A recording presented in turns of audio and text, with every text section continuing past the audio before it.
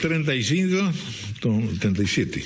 Conversamos ahora con Lucila Potró, investigadora, miembro del Grupo de Investigación de Políticas Anticorrupción y Gestión Pública de la Escuela de Gobierno de la Universidad Católica, para comentar una reciente propuesta del Grupo Integración del Instituto de Análisis y Comunicación, que son los temas pendientes al 2021, que es una revisión de planes de gobierno que se viene realizando ya desde hace un buen tiempo y que continuaremos, y que son propuestas ahora de lucha anticorrupción.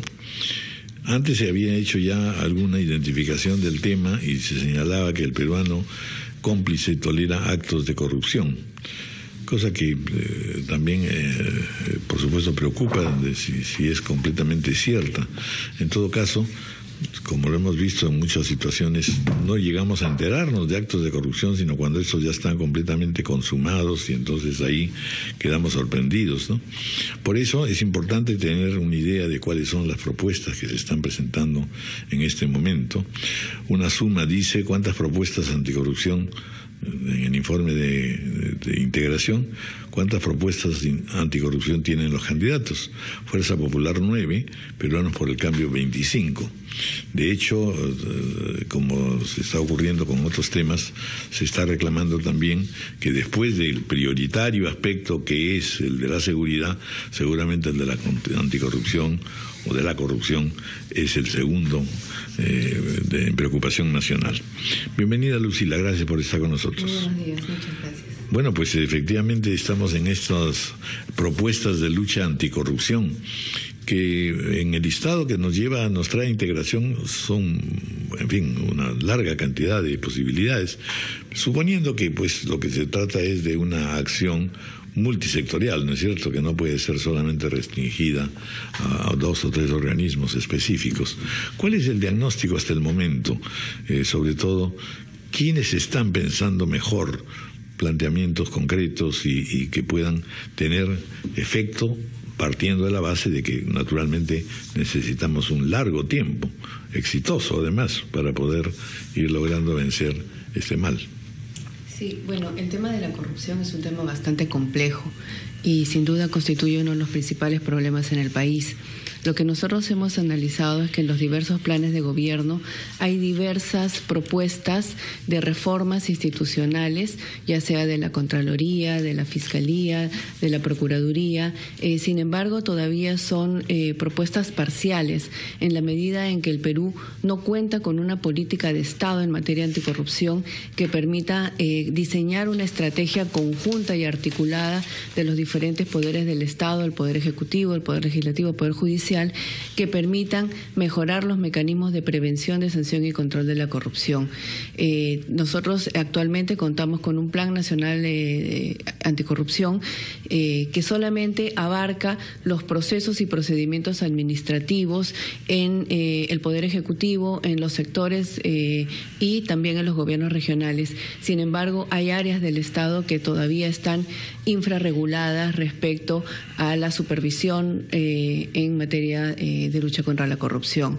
Entonces, en ese sentido, nosotros lo que proponemos es que en primera instancia, más allá de las diversas propuestas que ya existen, que en realidad todas suman, pero lo que se necesita es que esas propuestas se hagan de manera articuladas y orientadas hacia un mismo fin y en el marco de una estrategia conjunta del Estado. Si no, tenemos propuestas que pueden ser muy buenas, pero que en realidad están y apuntan hacia diferentes objetivos, ¿no? Entonces, no va a haber una acción efectiva. Dispersión. Exactamente, no va a haber una acción efectiva del Estado si es que tenemos a la Fiscalía, a la Policía, al Poder Judicial actuando de manera desarticulada. Ahora, independientemente de esto, que por supuesto es muy importante lo que se señala, resulta también importante e interesante observar cómo es el comportamiento de la ciudadanía, cómo es el comportamiento de las personas, de las asociaciones civiles,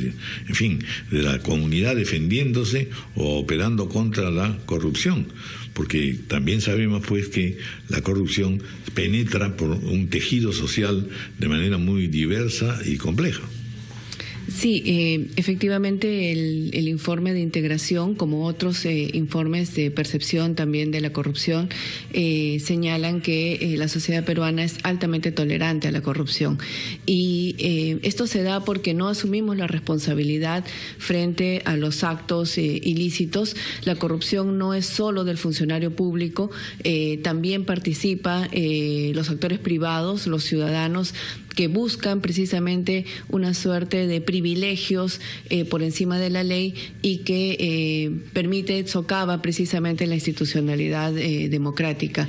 No hemos logrado consolidar todavía una ciudadanía que busque la transparencia, que busque la rendición de cuentas y que finalmente se comprometa también en la lucha contra la corrupción. Parece que todavía seguimos siendo una sociedad que busca privilegios particulares, individuales por encima del bien común, y en eso tenemos que trabajar también fortaleciendo tanto las capacidades a nivel de las entidades públicas como la educación, que es un tema que también resalta el informe de integración en cuanto a la ética, tanto pública como ciudadana.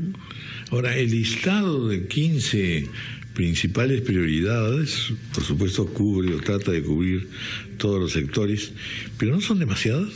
O sea, finalmente quizá debiéramos concentrarnos en 3 o 4 puntos centrales, abarcadores. Yo creo que están bien distribuidas en áreas estratégicas por un lado, pero por otro lado también es necesario reforzar la institucionalidad. Es decir, por ejemplo, la Comisión de Alto Nivel Anticorrupción no ha tenido el respaldo político suficiente para poder implementar las medidas que estaban planteadas en el Plan Nacional, por un lado. Por otro lado, tampoco cuenta con las competencias ni con los recursos suficientes para poder luchar contra la corrupción de manera efectiva, y no es el nivel de institucionalidad que se necesita en este momento. Por otro lado, también el Plan Nacional de Lucha contra la Corrupción solo abarca los procedimientos y procesos administrativos en los sectores del Ejecutivo y en los gobiernos regionales, pero no alcanza los niveles de decisión política del Estado. Es decir, tenemos 2 tipos de corrupción que están creciendo rápidamente. La corrupción administrativa, que tiene que ver con las adquisiciones, con las contrataciones del Estado, pero también la corrupción política, que implica o alude a la infiltración también de poderes y dineros ilícitos en los sistemas políticos, gubernamentales y económicos del país. Entonces, la CAN actualmente no tiene ese nivel de alcance que le permite abordar los temas de corrupción política que están desbordando la institucionalidad del Estado. Disculpa, Fernando, ¿qué se nos perdió en el camino? Porque la primera década de este siglo estuvo marcada por la lucha anticorrupción. Después del gobierno de Alberto Fujimori, creo que pocos países tienen la oportunidad que tuvo el Perú de ver la corrupción en toda su magnitud desde dentro y tener la oportunidad de desarrollar mecanismos fuertes, duraderos. Sin embargo, todo pareció quedar en un discurso más bien banal o más bien propositivo, que no se tradujo en cuestiones más concretas. ¿Tenemos la posibilidad de recuperar ese impulso que teníamos por lo menos en la década anterior? No solo la posibilidad, tenemos la obligación de hacerlo, porque si bien es cierto, hay avances en lo que es el control gubernamental administrativo, por ejemplo, a nivel de Contraloría, a nivel de las Procuradurías, en relación a los gobiernos, por ejemplo, al uso o a las adquisiciones o compras del Estado, pero hemos abandonado la lucha o no nos hemos dado cuenta el avance de la corrupción política, y ahí es donde está el mayor riesgo, porque esa afecta a los organismos tutelares del Estado, aquellos que tienen que defender la ley, y además la corrupción no actúa sola, no es un acto de 2 personas, sino que actúa en redes y asociado a la criminalidad organizada, al narcotráfico, al lavado de activos, y vinculada, etcétera, siempre con algunas partes del poder. Vinculada al poder, sin duda, porque, por ejemplo, el narcotráfico necesita de la corrupción para operar. Las actividades ilícitas, la minería ilegal, el tráfico de tierras necesitan de la corrupción para poder operar. Y esa parte de la corrupción política que no estamos atendiendo, que no estamos luchando contra ella, es la que está creciendo rápidamente y la que pone en riesgo la seguridad interna del país. Hemos hablado sobre corrupción desde el punto de vista del Estado, pero el Instituto Integración da algunos datos escalofriantes sobre la corrupción desde el punto de vista de los ciudadanos. Más de 82% considera que es normal, si no necesario, pagar una coima a los policías para no tener una multa. Más de 84% dar un regalo a un funcionario para que prospere su trámite. Y el resultado es que somos el país de los que se citan ahí con una percepción de la calidad de nuestro sistema judicial la peor del mundo. Estamos con un 14% de ciudadanos que piensan que nuestro Poder Judicial funciona bien. Queremos entrar a la OCDE, cuyo promedio es 54%. Chile es más del doble. Colombia es casi 13 veces mejor la percepción. ¿Por qué a nivel de los ciudadanos estamos tan mal también? Sí, yo creo que ahí hay tres problemas, ¿no? Un problema cultural es que nosotros no hemos logrado consolidar una sociedad de ciudadanos responsables, ¿no? Todavía seguimos siendo una sociedad casi colonial que busca privilegios e intereses particulares por encima del cumplimiento de la ley. Por otro lado, hay una serie de trámites administrativos que dependen de la discrecionalidad de los funcionarios y que precisamente hacen que los ciudadanos, cuando inician un trámite, buscan buscan agilizar esos trámites a través de diversos mecanismos.